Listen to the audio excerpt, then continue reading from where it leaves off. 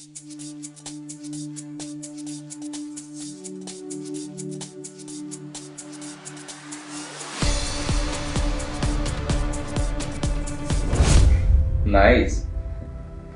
आपके terms and condition मुझे अच्छे लगे और मुझे आपके साथ डील करने में कोई दिक्कत नहीं है।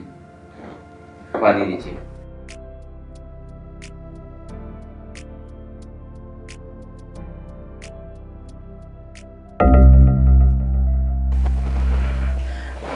No thanks.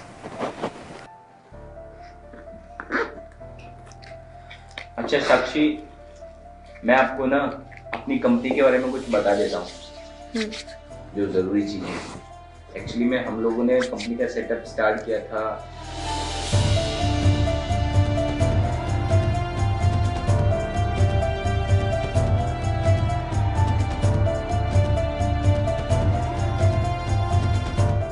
तो ये था हमारी कंपनी का अभी तक का स्ट्रगल, और ये सब करने के बाद हम लोग आज इस पोजीशन पर पहुंचे हैं।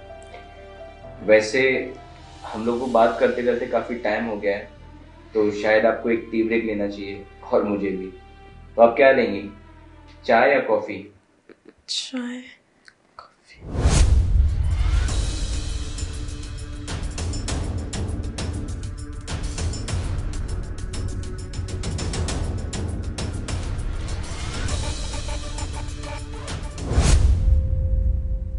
क्या हुआ, कुछ सोच रहे हैं आप? नहीं नहीं, एक्चुअली आज मेरा फास्ट है तो मैं कुछ नहीं पीऊंगी।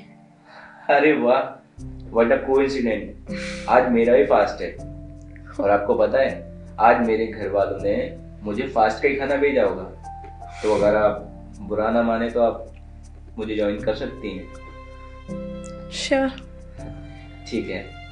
मोहम्मद, एक काम करो, मेरा खाना खोल के टेबल पे लगा दो। जी साहब। तो चलें? आप लंच कर लीजिए, मुझे नहीं खाना। लेकिन अभी तो आप बोल रहे थे कि आप मेरे साथ शेयर कर सकते हैं खाना। नहीं नहीं, आप खा लीजिए, कोई बात नहीं। साक्षी, क्या हुआ है? कुछ नहीं। कुछ तो हुआ है। साक्षी, मैं ना एक बिजनेसमैन हूँ, और मुझे ना इंसान के हाव भाव देखकर पता चल जाता है कि उसके मन में क्या चल रहा है। आप मुझे बताएंगी आपके मन में क्या चल रहा है? नहीं नहीं, ऐसा कुछ भी नहीं है जैसा आप सोच रहे हैं। हम लोग एक दूसरे के साथ बिजनेस स्टार्ट कर रहे हैं, तो हम लोगों की अंडरस्टैंडिंग बनना बहुत ज़रूरी है। तो आप बेफिक्र होकर मुझे बता सकते हैं कि आपको क्या इशू आ रहा है। क्योंकि अभी मैंने देखा, सुबह आपने पानी का गिलास उठाया लेकिन फिर वहीं रख दिया। जब मैंने आपको कॉफ़ी और चाय के लिए ऑफ़र किया तो भी आपने मना कर दिया। एंड फाइनली जब मैंने आपको खाने के लिए ऑफ़र किया, इवन आपका फास्ट और मैं फास्ट वाले खाना लाया था, पहले आपने हाँ कर दिया और फिर उसके बाद मना कर दिया। मैं इन सब के पीछे रीज़न जान सकता हूँ बार बार खाने के लिए डिनाई क्यों कर रही हैं?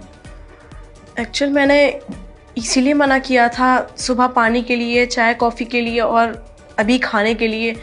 वो जो आपका सर्वेंट है वो एक मुस्लिम है, तो आपका भी फास्ट है और मेरा भी फास्ट है।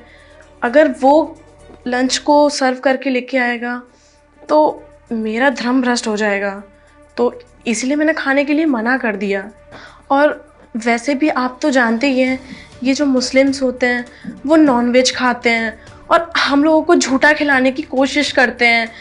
इसीलिए मैं इन सब चीज़ों में रिस्क नहीं ले सकती, क्योंकि मुझे पता है अगर मैंने उसके हाथों से कुछ भी खा लिया तो मेरा धर्म भ्रष्ट हो जाएगा।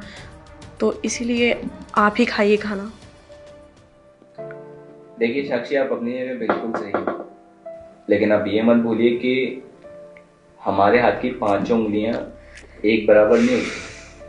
कुछ लोग होते हैं जो इस तरीके की हरकत करते हैं, और उन कुछ चंद लोगों की वजह से ये पूरी कौम बदनाम है। आपको पता है, मोहम्मद को मेरे पास काम करते करते 5 साल हो चुके हैं, और इन 5 सालों में उसने मेरे साथ हिंदू के हर त्योहार को मनाया है। फिर चाहे वो होली हो, दिवाली हो, रामनवमी हो, कृष्ण जन्माष्टमी हो, यहाँ तक कि उसने हमारे साथ 9 दुर्गों में कन्याओं को खाना तक खिलाया है। और मुझे आज तक उससे कोई भी खतरा नहीं हुआ। मुझे कभी ये एहसास नहीं हो कि उसने मुझे झूठा खिलाने की कोशिश की या मेरा धर्म भ्रष्ट करने की कोशिश की। तो इसका मतलब साफ है कि हम किसी एक इंसान की वजह से हर किसी को गलत समझते हैं। वो कहते हैं ना, एक मछली पूरे तालाब को गंदा कर देती है, तो हम लोग की वही मेंटेलिटी हो गई है। और वैसे भी साक्षी जी, आप और हम तो वेल एजुकेटेड हैं। हम लोग अगर इन जात पात, ऊंच नीच, इन सब चीजों में भेदभाव करेंगे, फिर हम लोग ग्रो अप कैसे करेंगे? और कल के लिए अगर आपको कोई बड़ी डील मिलती है और वो डील क्रैक करवाने वाला इंसान अगर मोमडन हुआ, तो क्या आप उसके साथ सौदा नहीं करेंगे या बिजनेस नहीं करेंगे?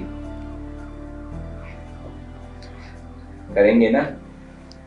तो बस यही तो, जहां आपको फायदा दिख रहा है वहां आप सोचेंगे भी नहीं, और जहां आपके लिए वो काम कर रहा है आपसे नीची पोस्ट पे, तो आप उसे मोमडन बता के उसके हाथ का खाना तक नहीं खा रही है, पानी तक नहीं पी रही है। हाँ, आप सही कह रहे हैं। शायद मैं ही गलत थी। वो भी तो एक इंसान है ना, तो मुझे लोगों में भेदभाव नहीं करना चाहिए। वैसे भी अभी आपने सही कहा था कि हाथ की 5 उंगलियां बराबर नहीं होती हैं। बिल्कुल। तो फिर चले लंच करने? जी बिल्कुल।